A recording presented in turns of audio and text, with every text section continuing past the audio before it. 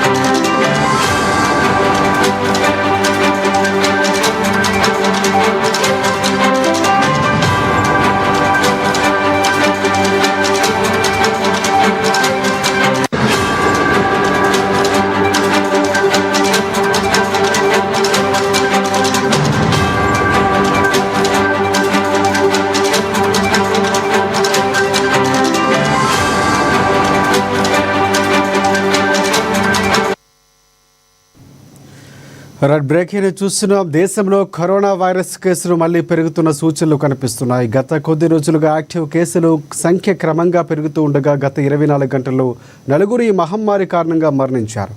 దీంతో అధికార వర్గాలు పరిస్థితిని నిశితంగా పర్యవేక్షిస్తున్నాయి. అయితే ప్రస్తుత ఇన్ఫెక్షన్ల తీవ్రత తక్కువగా ఉందని ఆందోళన చెందాల్సిన అవసరం లేదని నిపుణులు భరోసానిస్తున్నారు. నిన్న దేశంలో మొత్తంగా 3,395 యాక్టివ్ కరోనా కేసులు నమోదయ్యాయి. గత 24 గంటల వ్యవధిలో కొత్తగా 685 మందికి వైరస్ సోకినట్లు నిర్ధారణ అయింది. ఇదే సమయంలో ఢిల్లీ, కేరళ, కర్ణాటక, ఉత్తరప్రదేశ్ రాష్ట్రాల్లో ఒక్కొక్కరి చొప్పున మొత్తం 4 వ్యక్తులు మరణించినట్లు అధికారిక గణాంకాలు వెల్లడిస్తున్నాయి. మే 22న దేశంలో 257 యాక్టివ్ కేసులు ఉండగా ఆ సంఖ్య మే 26 నాటికి 1010కి చేరుకుంది. ఇప్పుడు ఆ సంఖ్య మరింత పెరిగి 3,395కి చేరుకుంది.